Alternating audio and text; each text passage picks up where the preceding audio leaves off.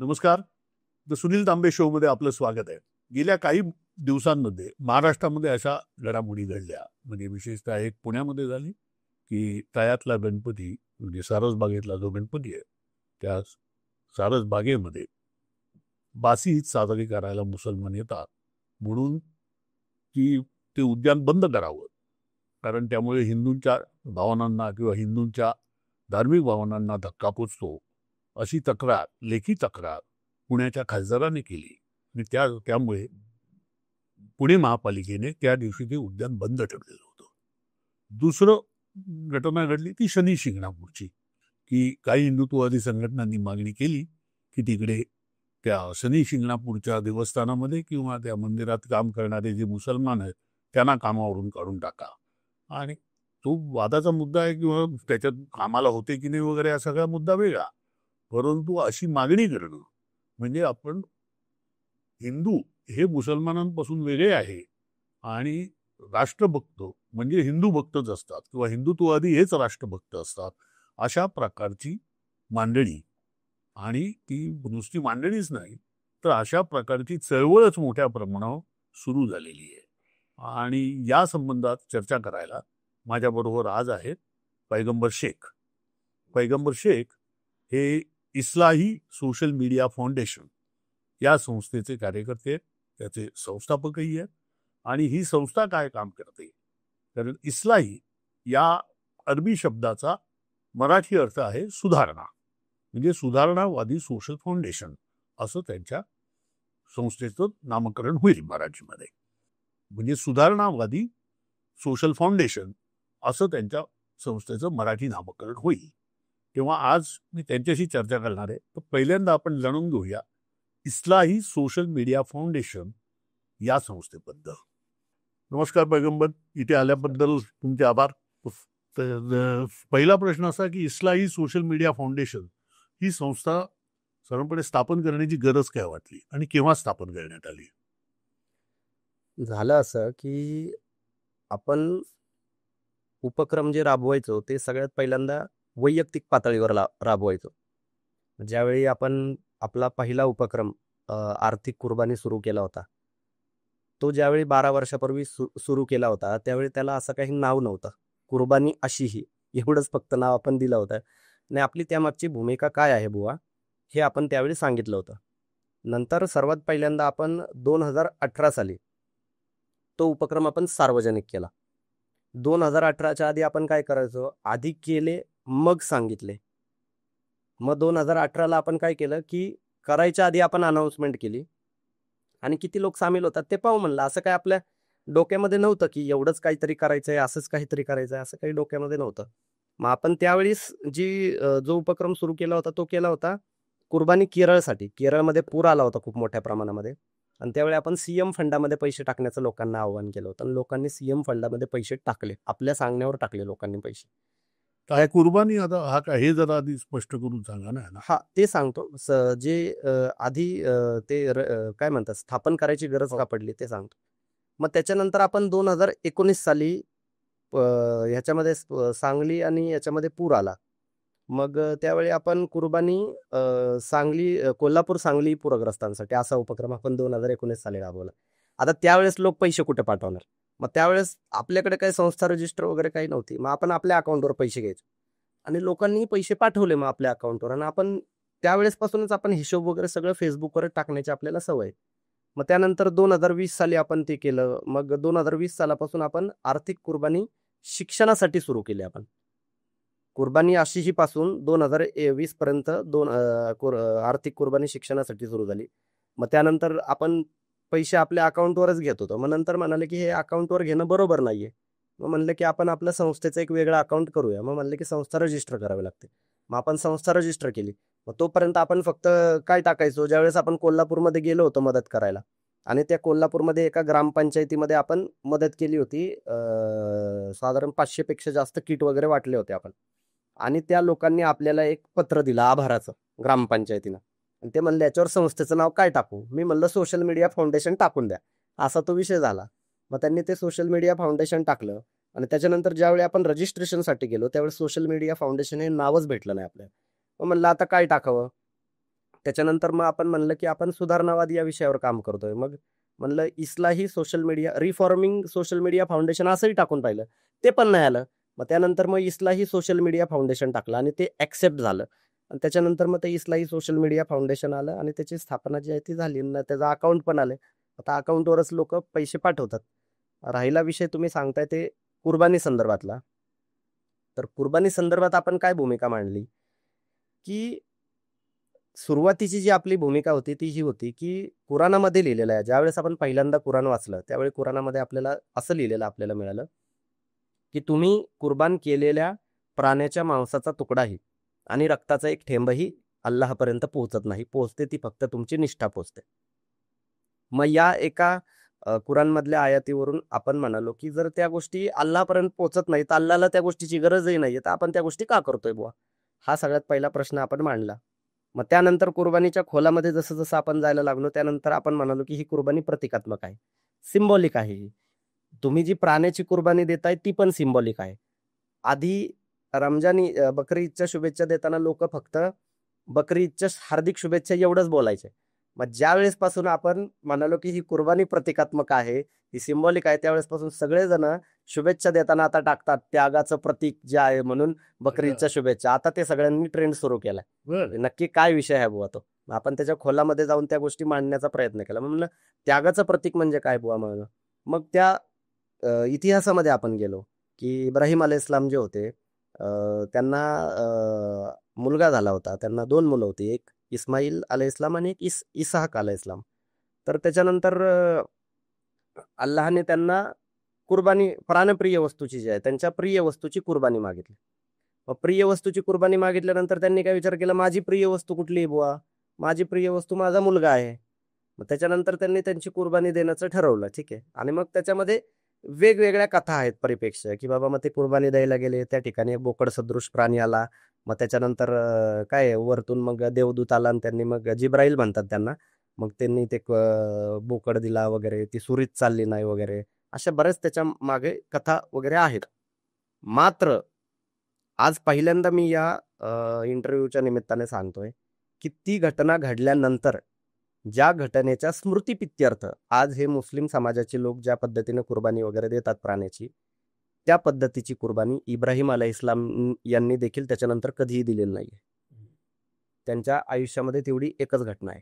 त्याही पलीकडं ज्यांना घेऊन ते गेले होते इस्माईल अलैहिस्सलाम, ज्यांची कुर्बानी ते देत होते, त्यांनी देखील त्यांच्या आयुष्यामध्ये कधीही प्राण्याची कुर्बानी वगैरे त्या घटनेच्या स्मृतिप्रित्यर्थ दिलेली नाही.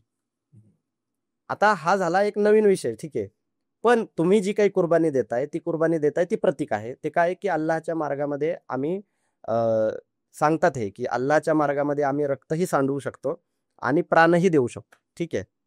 मग अल्लाहचा मार्ग म्हणजे नक्की कुठला मार्ग? बरं, तुम्ही अल्लाहच्या मार्गामध्ये रक्त सांडवताय का? नाही सांडवत आहे. आज इस्रायलमध्ये एवढं सगळं घडतंय, कोणीच रक्त सांडवायला पुढे येईना. ठीक आहे. दुसरं प्राणच द्यायचा तर विषयच लांब राहिला. ठीक आहे. जिथे द्यायचंय तिथे देत नाही. आणि अल्लाहच्या मार्गामध्ये सगळ्यात जास्त कुर्बानी कोणी दिली असेल आणि सगळ्यात जास्त रक्त कोणी सांडवलं असेल तर मला वाटतं त्या प्राण्यांनी सांडवलं असेल. ठीक आहे. म्हणजे मी एक मीम्स पण याच्यावर टाकलं होतं, की इस्लाम के लिए सबसे ज्यादा कुर्बानी किसने दी है? आणि मग तो एक बोकड येतो आणि म्हणतो हमने. असा तो प्रकार आहे. बरं, मग त्या गोष्टी वास्तवामध्ये होतात का? नाही होत आहेत वास्तवामध्ये. आणि आजच्या घडीला बरं, ते पण जे काही तुम्ही प्राण्याची कुर्बानी देताय तीही प्रतिकात्मक आहे. ठीक आहे, प्रतिकात्मक आहे. हा झाला प्री कुर्बानी विषय. आता पोस्ट कुर्बानीचा विषय काय आहे? पोस्ट कुर्बानीचा विषय आहे की त्याच्यामध्ये तुम्ही 3 हिस्से करता. इस्लामने कुठल्याही गोष्टीच्या बाबतीमध्ये गरजूंचा आणि गोरगरिबांचा खूप जास्त विचार केला आहे. या कुर्बानीच्या बाबतीमध्ये पण हा विचार केला गेलेला आहे.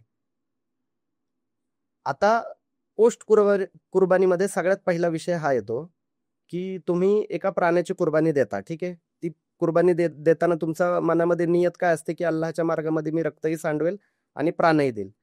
म्हणजे याचा अर्थ त्या प्राण्याच्या ठिकाणी तुम्ही असता या उद्देशाने तुम्ही देताय. बरोबर आहे. सगळ्यात महत्वाची गोष्ट.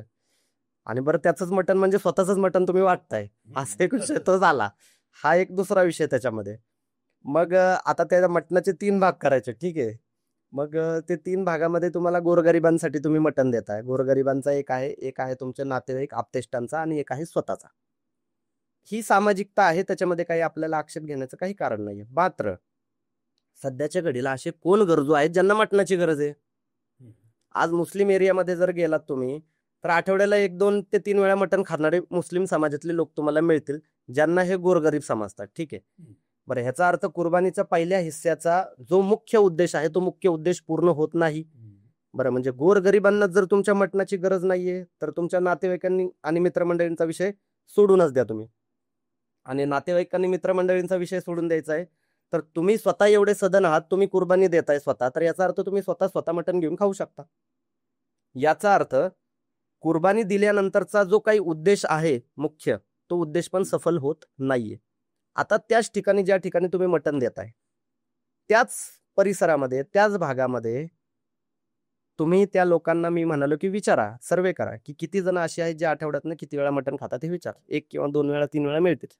आणि त्याच भागामध्ये तुम्ही असे लोक विचारा, किती जणांच्या शाळेच्या फी भरलेल्या नाहीत, कॉलेजच्या फी भरलेल्या नाहीत, किती जणांना शाळेचं साहित्य मिळालं नाही, किती जणांची ही सुद्धा पात्रता नाही की मुलांच्या शाळेचे शूज देखील घेऊ. अशी शेकडो घरं मिळतील तुम्हाला. अशी एका परिसरातली सांगतोय, एका लेन मधलं सांगतोय मी तुम्हाला. अख्खा परिसर जर काढलं तर हजारो मिळतील. बरं, मग त्यांना गरज कशाची आहे? शैक्षणिक गोष्टींची. तुम्ही देताय काय? पावशर मटण. मग हा इस्लामचा संदेश नाही, हे आपण त्याच्या माध्यमातून सांगितलं. आणि या आपल्या आव्हानाला पहिल्यांदा ज्यावेळी आपण हे आव्हान उघडपणाने करायला सुरुवात केली, पहिल्यांदा 10-20% मुस्लिम सामील व्हायचे याच्यामध्ये, जास्त मोठ्या प्रमाणामध्ये सामील होत नव्हते. ज्यावेळेस आपण कोल्हापूर सांगलीमध्ये केलं त्यावेळेस पण मुस्लिम चांगल्या प्रमाणामध्ये सामील झाले, कारण त्यावेळेस पूर वगैरे आलता. पण ज्यावेळेस आर्थिक कुर्बानी शिक्षणासाठी आपण चालू केली, त्यावेळी मुस्लिम समाजाला हे म्हणले की आता दरवर्षी करणार. म्हणलं दरवर्षी करणारच आहे, म्हणलं आधीपासूनच करत होतो आणि पुढेही करणार आहे आता आपण. मग त्यावेळेस मुस्लिम समाजाचं प्रमाण त्याच्यामध्ये कमी झालं. मात्र हे पहिलं वर्ष आहे ज्यावेळी आर्थिक कुर्बानी शिक्षणासाठी मध्ये 50% पेक्षा जास्त मुस्लिम समाज सामील झालेला आहे. लिटरली लोकांनी कुठचं? महाराष्ट्रातला मुस्लिम समाज 50% पेक्षा, म्हणजे आपल्या उपक्रमामध्ये जे लोक सामील होतात त्याच्यापैकी. आता आपल्या उपक्रमामध्ये साधारण यावर्षी 270 पेक्षा जास्त लोक सामील झाले. मागच्या वर्षी आपल्या उपक्रमामध्ये 140 लोक सामील झाले होते. यावर्षी 270 सामील झाले. आणि त्या 270 पैकी साधारण 135 ते 140 जे आहेत ते मुस्लिम लोक आहेत. म्हणजे मागच्या वर्षी एकूण जेवढे सामील झाले होते तेवढे तर मुस्लिम फक्त सामील झालेत यावर्षी. आणि लोकांनी लिटरली हिस्साची रक्कम पाठवलेली. लोकांनी प्राण्याची कुर्बानी न देता, प्रेफरन्स त्या ठिकाणी न देता, आपल्यावर विश्वास दाखवून आपल्या उपक्रमाला जे आहे ते पैसे पाठवले. आणि आपला प्राथमिक उद्देश आपल्या उपक्रमाला पैसे पाठवणे हा कधीही नव्हता. आपण तेही जाहीर केलं होतं. तुम्ही अशा पद्धतीची आर्थिक कुर्बानी तुमच्या भागामध्ये राबवा, हा आपला प्राथमिक उद्देश होता. आणि त्याही पद्धतीनं लोक करतात. हे सांगतात की मोठ्या प्रमाणामध्ये मुस्लिम समाज काहीतरी प्राण्यांची कुर्बानी देतो. हा देतो, मात्र मुस्लिम समाजामध्ये असा एक मोठा तबका आहे, मोठा भाग आहे मुस्लिम समाजामध्ये जो प्राण्याची कुर्बानी देत नाही, जो त्याचे पैसे विधायक कामांसाठी खर्च करतो. असा मोठा तबका आहे. आणि जे आपल्या पण उपक्रमात सामील होत नाहीत बरं का, आपल्या उपक्रमात सामील होतात अशातला भाग नाही. जे आपल्या पण उपक्रमात सामील होत नाही ते त्यांच्या लेवलला करतात. आणि ही कौतुकाची बाब आहे. आणि या गोष्टी पुढे आल्या पाहिजेत की मुस्लिमांमध्ये देखील सुधारणावादी चळवळ सुरू आहे. याच्यामध्ये आता किती, म्हणजे यावर्षी म्हणजे आर्थिक कुर्बानीला साधारणपणे किती रक्कम तुमच्याकडे जमा झाली आणि तुम्ही त्याचं वाटप केलं? यावर्षी साधारण आपल्याकडे 3,40,000 रुपये रक्कम जमा झाली आपल्याकडे यावर्षी. आणि मागच्या वर्षी साधारण 11-12 दिवसामध्ये 1,37,000 रुपये जमा झाले होते मागच्या वर्षी. आणि या वर्षी आमची 3,40,000, म्हणजे दुपटीपेक्षाही जास्त, 145% आमची अमाऊंट जी आहे ती वाढली आमची. हो. आणि लोक पण जी आहेत ती मागच्या वर्षी 140 होते, यावर्षी 270 पेक्षा जास्त झाले. साधारण 93-94% जे आहे ते लोकांची संख्या वाढली. आणि हे का वाढली? कारण आम्ही लोकांना कन्व्हिन्स करण्यामध्ये यशस्वी झालो. लोकांना समजलं. कसं कन्व्हिन्स करता? म्हणजे थ्रू सोशल मीडियाच्या द्वारे की काय? हा सगळा उपक्रम आपला सोशल मीडियावरून चालतो. अच्छा. आपण कुठल्या मशिदीत जात नाही, आपल्याला जायची इच्छा पण नाही. जेवढ्या एखाद्या मशिदीच्या जमातमध्ये लोक नसतात त्यापेक्षा जास्त तर लोक सोशल मीडियावर असतात. मग कशासाठी मशिदीमध्ये जायचंय? आम्हाला मशिदीमध्ये जायचंच गरज नाहीये. आमच्या मशिदी ज्या आहेत, आमच्या ज्या काही प्लॅटफॉर्म आहेत ते सगळं आमचं ऑनलाईन आहे. आणि ऑनलाईन वरून आम्ही करतो. 1ही रुपयाचा कॅश व्यवहार पण नसतो आमचा. सगळे ऑनलाईन असतात. आणि ज्यांना मदत करतो त्यांनाही ऑनलाईनच जातात. त्यांची बिल, रिसिप्ट हे सगळं ऑनलाईन असतं आमच्याकडे. पण मग याच्यासाठी सोशल मीडिया म्हणजे कोणते, फेसबुक, इन्स्टा, कोणते कोणते? फेसबुक वापरतो आपण, इंस्टाग्राम वापरतो आपण, ट्विटर वापरतो, व्हॉट्सअप वापरतो आपण. या चारही गोष्टींचा वापर आपण करतो. अच्छा सर, म्हणजे रीच किती आहे त्याच्यात तुमचा? किती लोकांपर्यंत पोहोचतो तुमचं आव्हान? आपलं आव्हान जे आहे ते साधारण नाही म्हणलं तरी आता माझ्या व्हॉट्सअपच्याच ब्रॉडकास्ट माझ्या 39 आहेत. बर आता व्हॉट्सअपच्या एका ब्रॉडकास्टला 256 लोक असतात. बर आता माझी कॉन्टॅक्ट लिस्टच 11,000ची. माझे कॉन्टॅक्ट जे आहेत ते हा आता फेसबुकवर फॉलोअर साधारण 40,000 पेक्षा जास्त आहे. हा. जातं साधारण 50-60,000 लोकांपर्यंत ते जातं, ते आरामात जातं.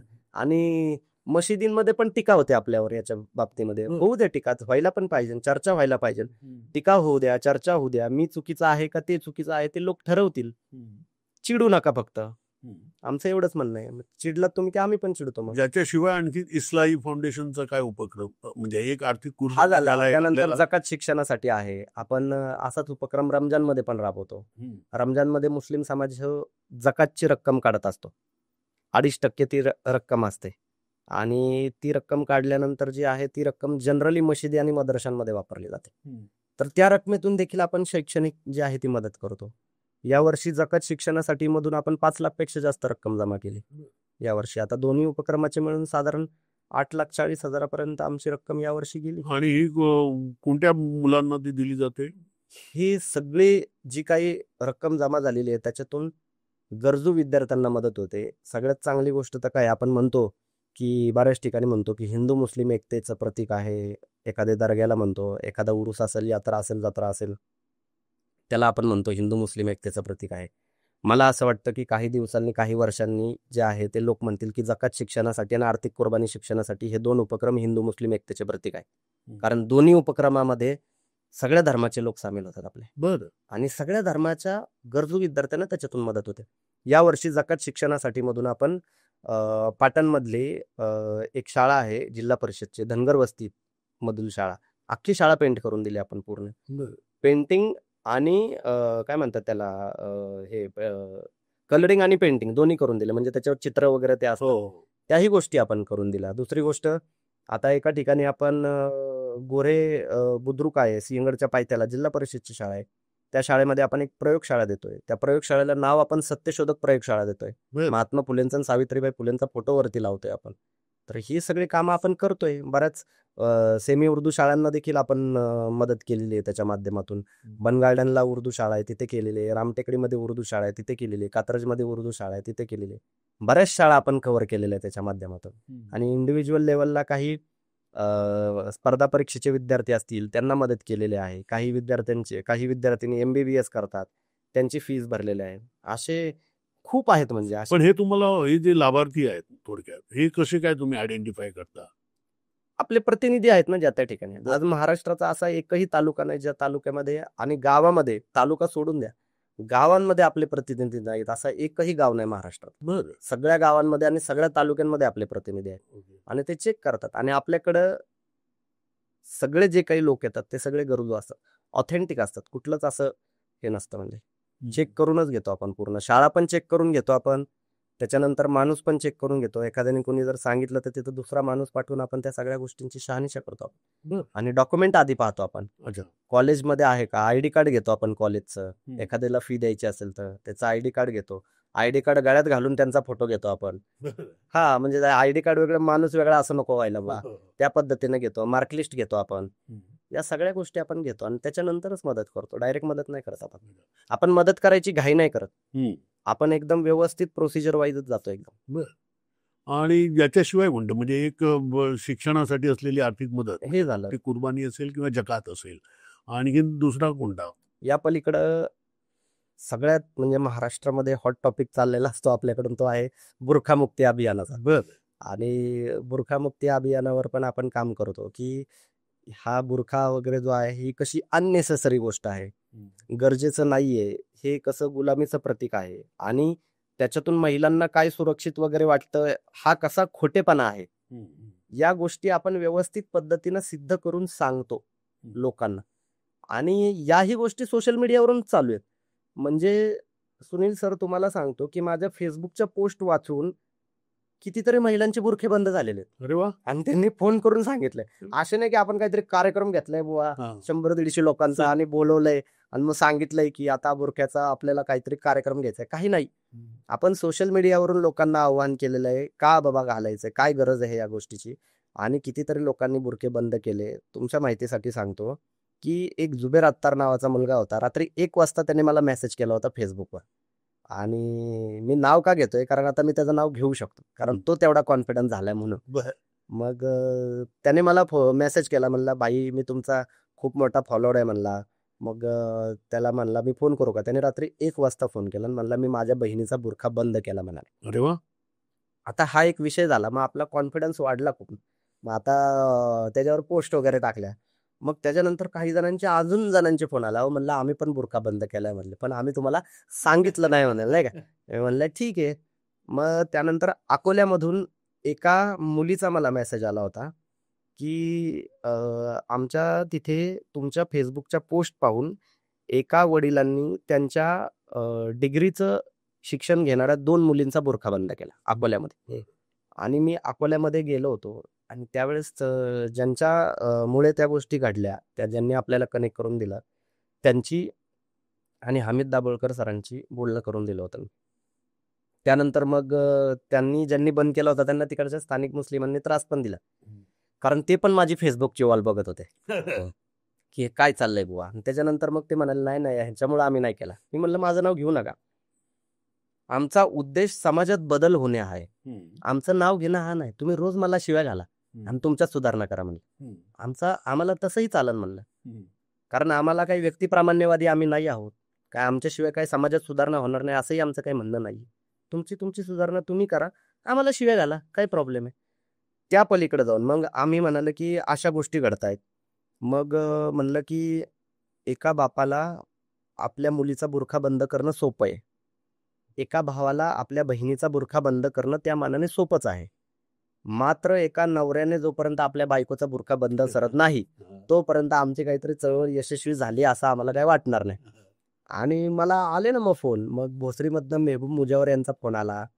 मग त्यांनी साधारण 2.5-3 मिनिटं माझ्याशी बोलले होते. म्हणाले की तुमच्यामुळं म्हणले आमच्या घरातला बुरखा बंद झाला.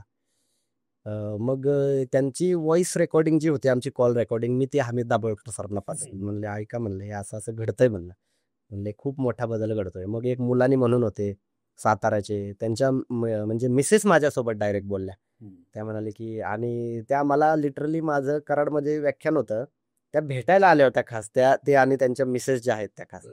आणि एवढ्या सगळ्या गोष्टी होत असताना आपण पाहतोय की समाजामध्ये बदल घडतो, आणि समाजामध्ये बदल घडवण्यासाठी तुम्ही त्यांना काही भेटण्याची आवश्यकता नाही, काही गरज नाही. तुम्ही फक्त तुमचे विचार लॉजिकली व्यवस्थित पद्धतीने मांडा, लोक ते स्वीकारतात. लोकांना काही तुम्हाला भेटण्याची गरज नाही. काय महात्मा फुले आम्हाला भेटले होते का पैगंबर साहेब आम्हाला भेटले होते का?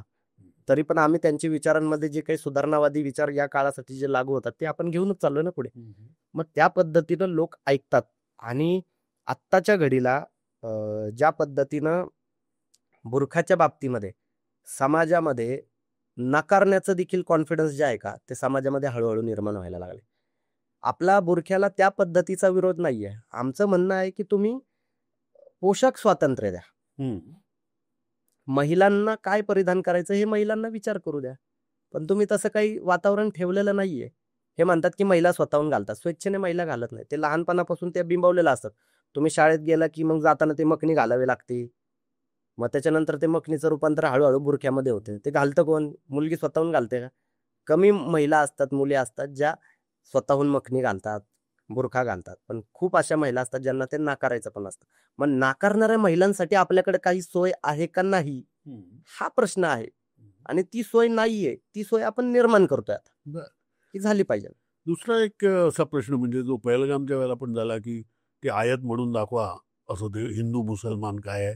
आणि त्याच्यामध्ये असं म्हटलं जातं की म्हणजे मुसलमानांचा हक्कच आहे खरं तर काफिरांना मारणं हा, किंवा म्हणजे काफिर समजा धर्मांतर करत नसेल तर त्यांना मारणं हे मुसलमानाचं कर्तव्य आहे, हक्क म्हणण्यापेक्षा.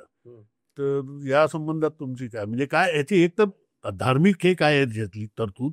विषय कसा आहे, ऍक्च्युली इस्लाम व्यवस्थित पद्धतीनं मुस्लिमांनाच कळालेलं नाही, आणि इथल्या हिंदुत्ववाद्यांना जो कळालाय तो काहीतरी जो मुसलमानांना कळाला नाही तो हिंदुत्ववाद्यांना कळाला आहे.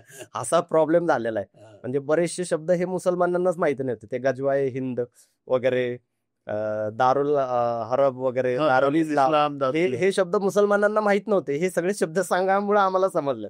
आम्हाला माहित पण नव्हते हे शब्द आधी. मग तुमच्या माहितीसाठी सांगतो की पैगंबर साहेबांनी जी सामाजिक क्रांती अरबमध्ये केली, ती सामाजिक क्रांती आधी समजून घेणं खूप जास्त गरजेचं आहे. की ज्या काळामध्ये अरबमध्ये जे काबागृह आपण म्हणतो, ज्याला मुस्लिम समाज आज प्रदक्षिणा घालतो, त्या काबागृहामध्ये 365 देवी देवतांच्या मूर्त्या होत्या. आणि त्या देवी देवतांचा आणि भारतातल्या देवी देवतांचा काहीही संबंध नव्हता. म्हणजे फोन पण लागत नव्हते एकमेकांना, इथपर्यंत संबंध नव्हता. त्यांचे देवी देवता वेगळे, त्यांच्या रूढी परंपरा वेगळ्या, इथले देवी देवता वेगळे, इथले कल्चर वेगळं, टोटल वेगळं. त्यांचे नाव लात, हुबल, हुज्जा नावाची एक देवी होती. त्या पलीकडं येशू ख्रिस्तांची देखील त्याच्यामध्ये मूर्ती म्हणा, फोटो लावलेली होती. त्यानंतर बाकीचे जे प्रेषितांची नावं ह्याच्यामध्ये लिहिलेले आहेत कुराणामध्ये, त्यांची देखील मूर्त्या आणि फोटो वगैरे जे आहेत ते ह्याच्यामध्ये लावलेले होते काबागृहामध्ये. आता पैगंबर साहेबांनी विचार काय मांडला की हे जे काबागृहामधले जे देवी देवता आहेत ते देवी देवता खोटे आहेत आणि देव फक्त एकच आहे, ईश्वर एकच आहे, तो निर्गुण आणि निराकार आहे. आता तो इथल्या संतांनी विचार मांडला, त्याला पुरोगामी म्हणतो आपण. आणि पैगंबर साहेबांनी तो विचार मांडला, त्याला म्हणतं की ते कट्टर आहेत.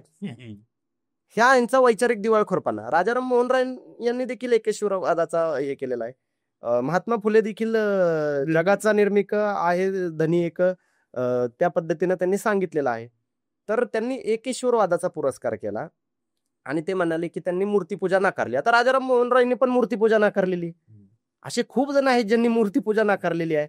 आता राष्ट्रसंत आपले जे गाडगे महाराज आहेत ते म्हणतात की देव दगडात नाही, देव माणसात आहे. आता देव दगडात नाही म्हणल्यानंतर माणसात आहे म्हणल्यानंतर तुम्ही म्हणणार का मुसलमानांना आधी बोल रे बाबा, म्हणणार आहे का आपण? ती त्यांची एक वैचारिकता होती, ती एक हे सुधारणावादी एक तो विचार होता आणि त्याच पद्धतीचे सुधारणावादी विचार हे पैगंबर साहेबांनी अरबमध्ये मांडले. आता ह्या दृष्टिकोनातून देखील पैगंबर साहेबांकडे मुस्लिमांनी बघितलं पाहिजे, हा सगळ्यात माझा पहिला कन्सर्न आहे. आता ते त्या दृष्टीने बघत नाहीत. ठीक आहे. आता मग त्याच्यानंतर तिथे काही रूढी परंपरा होत्या. रूढी परंपरांमध्ये वेगवेगळे त्याचे आयाम होते. महिलांच्या बाबतीमध्ये काही ठिकाणी असं व्हायचं की एखादी मुलगी जन्मली तर तिला जिवंत गाडलं जायचं त्या ठिकाणी. त्यानंतर कुठलाही व्यक्ती कितीही लग्न करायचा, अशा पद्धतीनं त्या ठिकाणी होतं. त्या पलीकडे जाऊन जे काबागृह होतं, ज्याला ते प्रदक्षिणा घालतात, त्या काबागृहाला खूप सारे लोक नग्न अवस्थेत प्रदक्षिणा घालायचे, पुरुष आणि स्त्री देखील. आणि त्याला ते श्रेष्ठ काम वगैरे समजायचे. त्या पलीकडे जाऊन आता तुम्ही आज मुंबईवरून पुण्यामध्ये आलाय, ठीक आहे. आता तसंच एखादा व्यक्ती समजा अरबमधला मक्कामध्ये आहे, मक्कामधून समजा दुसऱ्या एखाद्या शहरामध्ये, इतर शहरामध्ये गेला आणि तो परत समजा मक्कामध्ये आला तर तो दारातून न येता खिडकीतून यायचा. तर त्यांच्या तिथं ती एक अंधश्रद्धा होती की बाहेरून आलं की दारातून यायचं ना. मग खिडकी जर एवढी मोठी नसेल तर खिडकी तोडायचे लोक. इथपर्यंत तिथल्या रूढी परंपरा ज्या त्या होत्या. मग अशा वेगवेगळ्या ज्या रूढी परंपरा आहेत, या रूढी परंपरा ज्या आहेत त्या संपून पैगंबर साहेबांनी एक नवीन समाज व्यवस्था त्या ठिकाणी उभी केली. आता ती उभी करत असताना त्यांना देखील संघर्ष करावा लागला. ज्यावेळेस पैगंबर साहेबांनी एकेश्वरवादाचा पुरस्कार केला की ईश्वर एक आहे आणि ते म्हणाले की पैगंबर साहेब त्यांचे प्रेषित आहेत. पैगंबर साहेब प्रेषित आहेत म्हणाले. पैगंबर साहेब काय देव आहेत का? नाही म्हणाले. बरं, हे म्हणत असताना कुराणामध्येच लिहिलेलं आहे की पैगंबर साहेब हे ईश्वराचे प्रेषित असताना देखील ते एक सामान्य व्यक्ती आहेत. अशा पद्धतीचा विचार देखील कुराणामध्ये मांडला गेलेला आहे. मग पैगंबर साहेबांनी तो का विचार मांडला, याच्या मागचं कारण का, की खूप सारे लोक काय करायचे की एखाद्या माणसाने बाबा ईश्वर एक आहे असा संदेश दिला, एका ईश्वराला पूजा असा संदेश दिला की लोक त्याचाच देव बनवून टाकायचे. त्याच्यामुळे पैगंबर साहेब ते कलम्यामध्ये जे आलंय का की ला इलाहा इल्लल्लाह, अल्लाह एक आहे, ईश्वर एक आहे, परमेश्वर एक आहे, ठीक आहे. आणि पैगंबर साहेब मोहम्मद रसूलुल्लाह, म्हणजे मोहम्मद जे आहेत ते ईश्वराचे प्रेषित आहेत. ईश्वराचे प्रेषित आहेत, ईश्वर नाहीयेत ते. असं त्याच्या मागचं ते मोहम्मद रसूलुल्लाहचा मिनिंग खूप आहेत, त्याच्या मागचे कारण खूप आहेत. कारण एकच नाहीये ते. त्यांना तुम्ही देव बनवू शकत नाही. आता तिथं त्यांनी फुल स्टॉप मारलाय. हा त्याचा मुख्य हेतू हा आहे. त्याचा मुख्य हेतू हे सांगणं नाही की ते ईश्वराचे प्रेषित आहेत. मुख्य हेतू हा आहे की ते ईश्वर नाही आहेत आणि त्यांना तुम्ही ईश्वर बनवू शकत नाही आणि त्यांना तुम्ही पूजूही शकत नाही, त्यांना तुम्ही प्रार्थना करू शकत नाही, त्यांच्याकडे तुम्ही काही मागू शकत नाही स्वतःसाठी.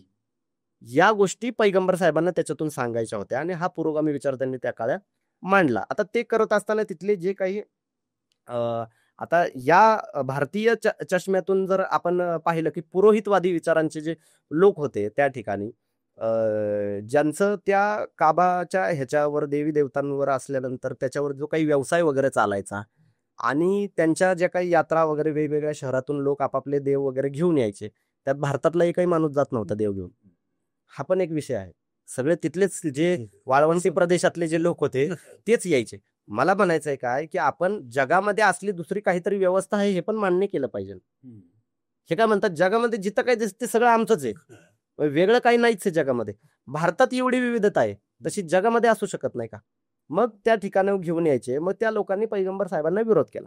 मग ते विरोध करताना त्यांना मक्का जे आहे तो ते जे शहर आहे ते शहर त्यांना सोडावं लागलं. मक्कामधून ते मदिनाला गेले. मदिनाला गेल्यानंतर मग त्याही ठिकाणी त्यांना राहण्यासाठी जागा दिली गेली. मग त्या ठिकाणी मक्कातल्या लोकांनी पैगंबर साहेबांच्या विरोधामध्ये युद्धाची घोषणा केली आणि युद्धाची घोषणा केल्यानंतर ज्यावेळेस पैगंबर साहेब त्या ठिकाणी गेले होते मदिनामध्ये, इथे पैगंबर साहेबांचे जे काही नातेवाईक वगैरे होते किंवा पैगंबर साहेबांच्या सोबत जे सोबती आले होते त्यांचे जे काही नातेवाईक होते त्यांना बेदखल केलं, घरातून काढण्यात आलं त्यांना. आणि त्याच्यानंतर मग पैगंबर साहेबांनी पहिल्यांदा युद्धाची घोषणा केली, पहिल्यांदा. आणि त्याच्यानंतर मग त्या कुराणामध्ये लिहिलेलं आहे की मारा त्या लोकांना ज्यांनी तुम्हाला मारलं, ज्यांनी तुम्हाला घरातनं बाहेर काढलं त्यांना घरातून बाहेर काढा. आणि एक लक्षात ठेवा की त्या सगळ्या गोष्टी झाल्यानंतर तुम्ही संयम राखा, कारण अल्लाह तुम्हाला पाहतोय. फुल स्टॉप लावला तिथेही त्या गोष्टीला. मग त्याच्यानंतर पहिलं युद्ध झालं. मग ते पहिलं युद्ध त्यांनी जिंकलं आणि मग दुसरं युद्ध परत कालांतराने झालं आणि ते दुसरं युद्ध ते हारले. त्याच्यानंतर मग मक्काच्या लोकांमध्ये आणि पैगंबर साहेबांच्या मध्ये जे आहे ते तह झाला. त्याला उदैबियाचा करार म्हणतात. तो करार झाला 10 वर्षासाठी. मग 10 वर्षासाठी शांततेचा तो करार होता. मग त्या शांततेच्या करारामध्ये तुम्ही इस्लामचा प्रसार आणि प्रचार करा असं सांगण्यात आलं. आणि इन बिटवीन जर आमचे कुठले लोक तुमच्याकडे आले किंवा तुमचे कुठले लोक आमच्याकडे आले तर आम्ही एकमेकांना परत सुपूर्द करू, अशा पद्धतीचा तो करार होता. आणि तो करार 2 वर्षामध्ये मोडला. पैगंबर साहेबांच्या एका काफिल्यावर त्या ठिकाणी हल्ला झाला आणि त्याच्यानंतर ती आयत आलेली आहे की हे काय हरामचे जे महिने आहेत म्हणजे रमजानचे जे महिने आहेत ते गेल्यानंतर जिथे दिसतील तुम्हाला त्यांना शोधा आणि त्यांना शोधून मारा, तोपर्यंत मारा जोपर्यंत ते मान्य करत नाहीत. आता त्याचं जोडलं कुठे यांनी जोडलं पेहलगामच्या ह्याच्यामध्ये. त्या आतंकवादीच पहिल्यांदा उच्च लेवलचे मूर्ख होते, ठीक आहे, त्यांचा आणि इस्लामचा काही संबंध नाहीये. पैगंबर साहेबांनी ती आज्ञा म्हणा कशासाठी दिली होती, ती त्या काळासाठी. त्याचा आणि या काळाचा काही संबंध आहे का? नाहीये. आम्ही मुळातच ती आयात ही कालबाह्य आहे असं म्हणतो, कारण की त्या आयातीचा त्या परिस्थितीचा सुनील सर काहीही संबंध नाहीये. कुराणामध्ये जेवढ्या काही आयाती आलेल्या त्या आयातींना कारण आहे. आपण फक्त वाचतो, अरे पण त्याच्या मागे कारण काय, का आयात आली ती? पैगंबर साहेबांसोबत काहीतरी घटना घडली आणि काहीतरी घटना घडल्यानंतर कुराणामध्ये त्या संदर्भातल्या आयाती आलेल्या. बरोबर.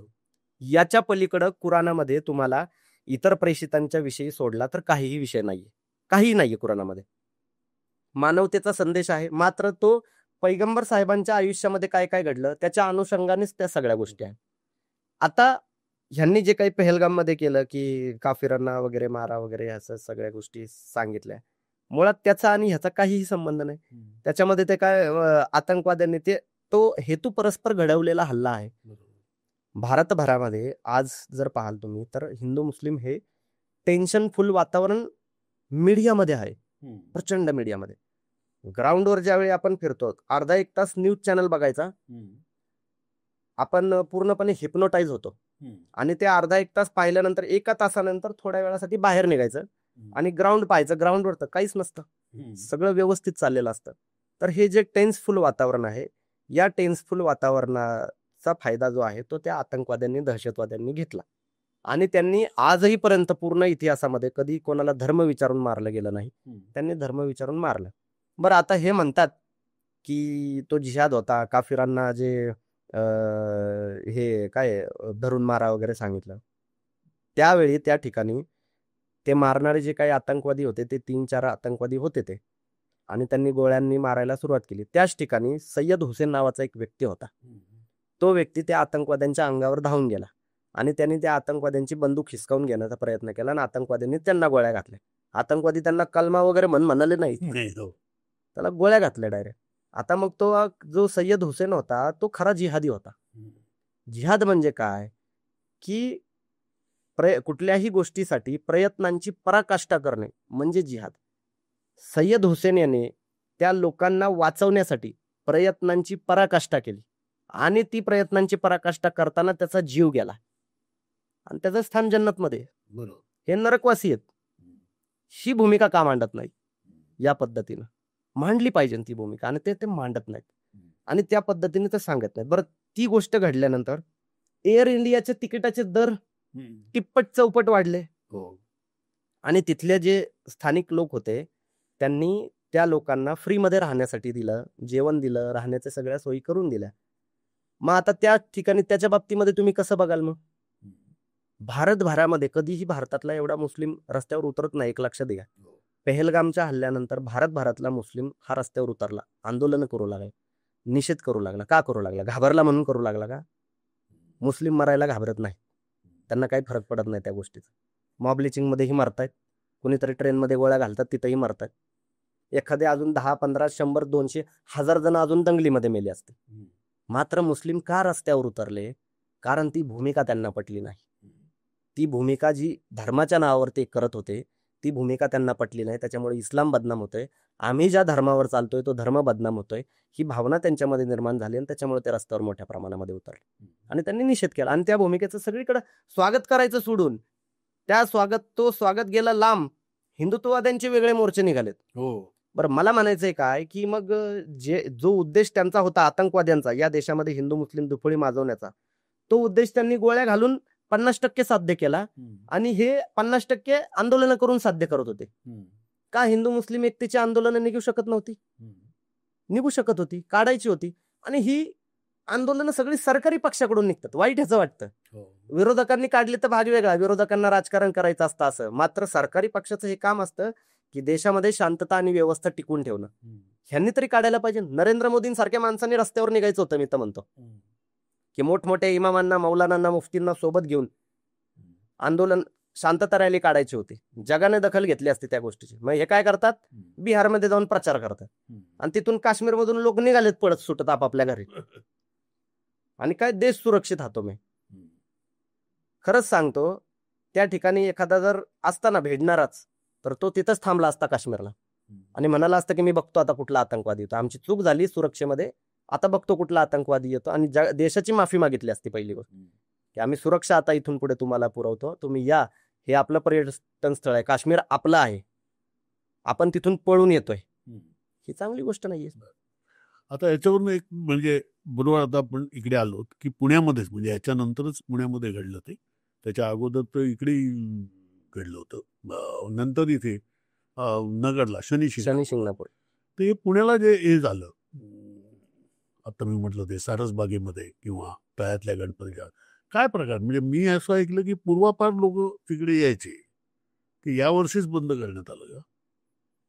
काय सगळ्यात पहिल्यांदा भाजपमधला अंतर्गत कलह समजून घेणं गरजेचं आहे. भाजपमध्ये कोण प्रखर हिंदुत्ववादी ह्याची चाललेली आहे स्पर्धा. आणि मग जो प्रखर हिंदुत्ववादी आहे तो दाखवतो, त्याला एक्स्ट्रा काहीतरी मेडल बिडल देण्याची कामं काही चालू आहेत का, ह्याचं खरं तर काय परीक्षण निरीक्षण करणं खूप जास्त गरजेचं आहे. मेधा कुलकर्णी सारख्या व्यक्ती ज्या कोथरूड विधानसभेच्या आमदार राहिलेल्या, त्यावेळीही त्यांना त्या गोष्टी करण्याची कधी गरज पडली नाही. लोकांनी लिटरली तुम्हाला सांगतो, मेधा कुलकर्णी त्या संपूर्ण पुणे जिल्ह्यामधल्या अशा आमदार असतील ज्या खूप 4 ते 5 कार्यकर्त्यांना घेऊन प्रचार केलेला असेल त्यांनी, आणि तरीही निवडून आलेला आहे.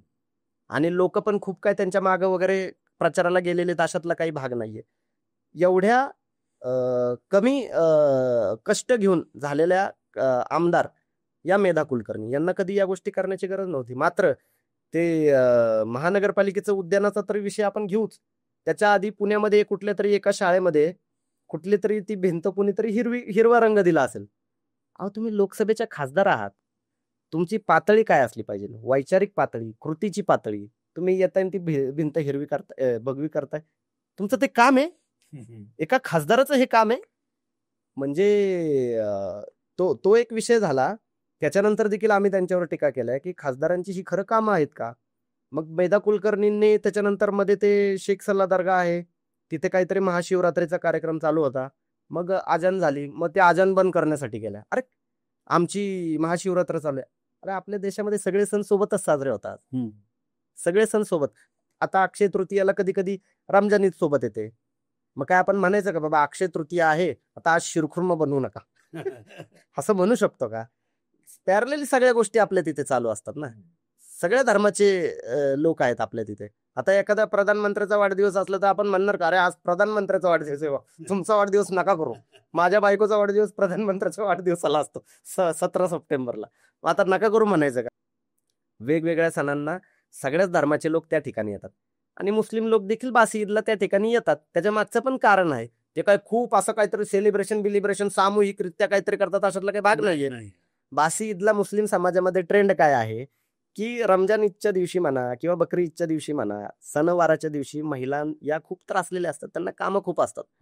मग त्याच्यानंतर दुसऱ्या दिवशी बुवा थोडंसं फॅमिलीला आराम मिळावा म्हणून मुस्लिम समाजातला खूप तर खूप मी म्हणतो 10% गट जो आहे, 10% बरं का, तो अशा उद्यानांमध्ये वगैरे येतो आणि तो सगळा गोरगरीब असतो. तो काही श्रीमंत वगैरे वर्ग नसतो, एकदम गोरगरीब वर्ग असतो. तो वर्ग अशा उद्यानांमध्ये वगैरे येतो आणि ते आल्यानंतर बाबा त्या ठिकाणी खेळणं म्हणा, बाकीच्या गोष्टी म्हणा आणि मग आल्यानंतर खाणं पिणं त्या गोष्टी होतात. त्या विषयावरनं आम्ही तो मुद्दा विचारला की बुवा पुणेकर त्रस्त झालेत PMPMLच्या भाडेवाढीने. PMPMLचे भाडेवाढे 1 जून पासून 30 ते 40% वाढलेत. तुम्ही PMPML ला त्याच्यासाठी पत्रक दिलं पाहिजे आणि तुम्हाला पडलंय कशाचं? उद्यानाचं. उद्यानामध्ये एक नोटीस लावली असती ना, विषय संपला असता का? काय गणपती म्हणतायत का की मुसलमानांनी बाबा उद्यानात येऊ नये म्हणतात का? ते लिहिलंय का त्यांनी? का महादेव म्हणतात उद्यानामध्ये येऊ नये? कोण म्हणालंय नक्की? त्यांच्या नावावर ह्यांचं सगळं चाललेलं आहे. पण एक असं नाही का वाटत यामध्ये की विशेषतः 2014 नंतर ते असं झालेलं आहे की म्हणजे नेहमीच मुसलमानांना असं सिग्नल आउट करायचं, म्हणजे त्यांच्याकडे एक बोट दाखवायचं. म्हणजे याच्यापूर्वीही हिंदू मुसलमान तणाव असायचा, हिंदू मुसलमान काहीतरी हे असायचं, पण तो अशा प्रकारचं नव्हतं की म्हणजे त्यावेळेला आरोप काय होता की मुसलमानांचा लांगुल चालन होत आहे, आरोप होता. मी काही ते वस्तुस्थिती म्हणत नाही. आता असं आहे की सेक्युलरिझम नको आहे, तर हिंदूंचं लांगुल चालन केलं पाहिजे आणि मुसलमान हा काहीतरी दुय्यम नागरिक आहे, अशा प्रकारची गोष्ट ठसवणं हे चालू आहे का? ह्याला कारणं आहेत काही. ह्याला कारणं कशी आहेत की मुस्लिम समाजाच्या बाबतीत आधीपासूनच या गोष्टी घडायच्या.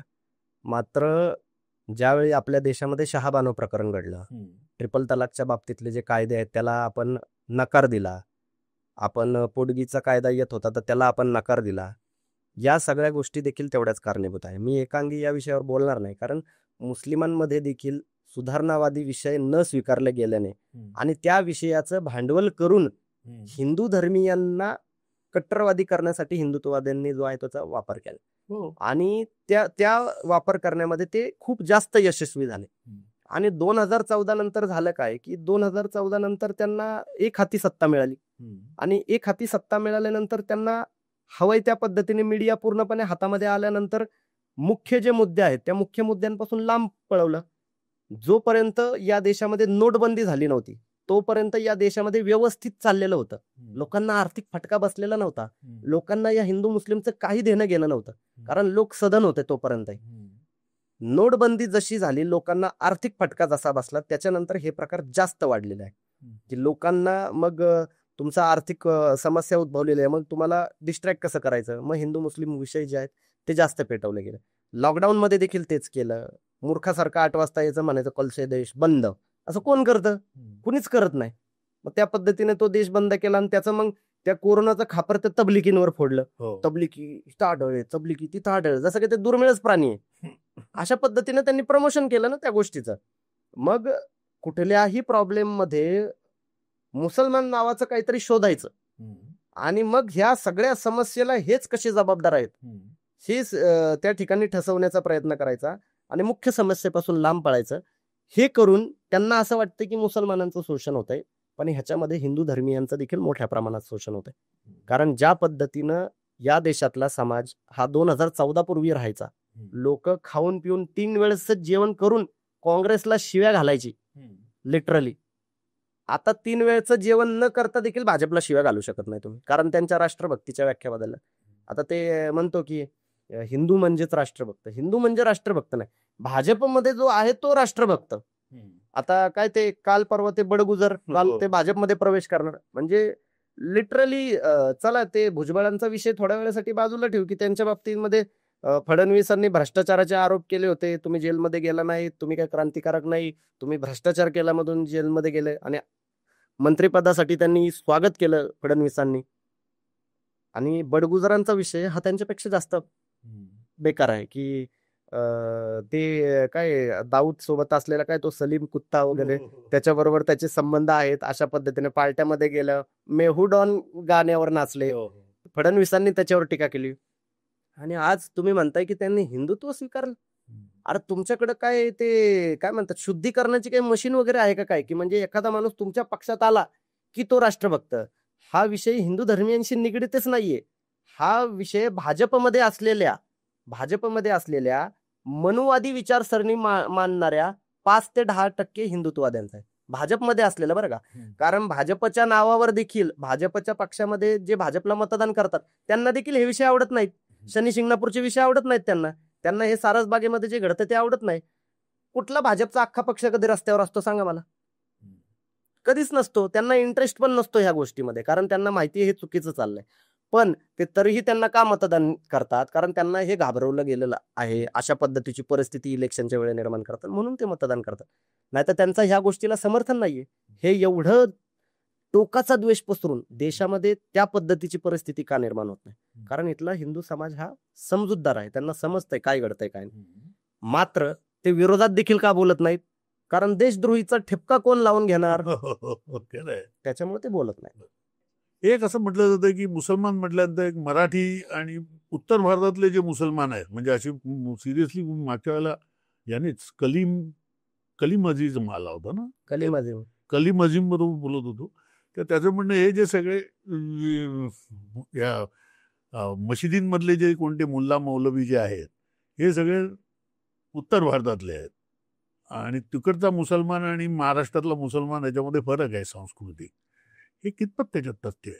ते उशिरा बोलले तरी म्हणून मी त्यांचा धन्यवाद मानतो, कारण ते मानत नव्हते एवढ्या दिवसापासून. आम्ही तेच सांगतोय गेल्या बऱ्याच वर्षांपासून आम्ही या गोष्टी सांगतोय की या महाराष्ट्रामध्ये उत्तर भारतातले जे मुस्लिम आहेत ते आपण म्हणतो की महाराष्ट्राचा गोबरपट्टा होतोय, महाराष्ट्राचं उत्तर भारतीयकरण होतंय आपण म्हणतो ना, पण महाराष्ट्राचं उत्तर भारतीयकरण होण्याच्या आधी मुस्लिमांचं उत्तर भारतीयकरण गेल्या 20 ते 25 वर्षापासून पूर्वीच सुरू झालेलं आहे, आणि ते बऱ्यापैकी झालेलं पण आहे. आता त्याच्यातून बाहेर येण्याची प्रक्रिया आम्ही चालवतोय. आम्ही मराठीवर का अडून बसतो? याच्या मागचं कारणच ते आहे की या महाराष्ट्रामधल्या बहुतांश मशिदीतले जे मौलाना आहेत ते उत्तर भारतातले आहे. आता उत्तर भारतातल्या मौलानांना इथली भाषा येते का? नाही येत. इथली भाषा त्यांना येतच नाही तर ते इथल्या भाषेला महत्व का देतील? आणि त्या मौलानांच्या मार्गदर्शनाखाली त्या मौलानांच्या सोबत असणारे म्हणा, नमाज वगैरे पठण करणारे म्हणा, मग ते इथल्या भाषेला किंमत का देतील? हा सगळ्यात पहिला प्रश्न आहे. आणि त्यांची संस्कृती वेगळी आहे, त्यांचं राहणसहान वेगळं आहे, भाषा वेगळी आहे. त्याच्यामुळे इथल्या महाराष्ट्रातल्या मुस्लिमांनी त्यांचं कल्चरली जे आहे ते अतिक्रमण का सहन करून घेतलं, हा सगळ्यात पहिला प्रश्न आहे. आणि ते इथपर्यंत सहन करून घेतले की मराठी भाषा आपली वाटू नये, इथपर्यंत त्यांनी सहन करून घेतलं. त्याही पलीकडे जाऊन इथले जे महामानव महान विभूती आहेत ते त्यांना माहिती नाहीत. हा सगळ्यात मोठा मेजर प्रॉब्लेम त्यांचा आहे.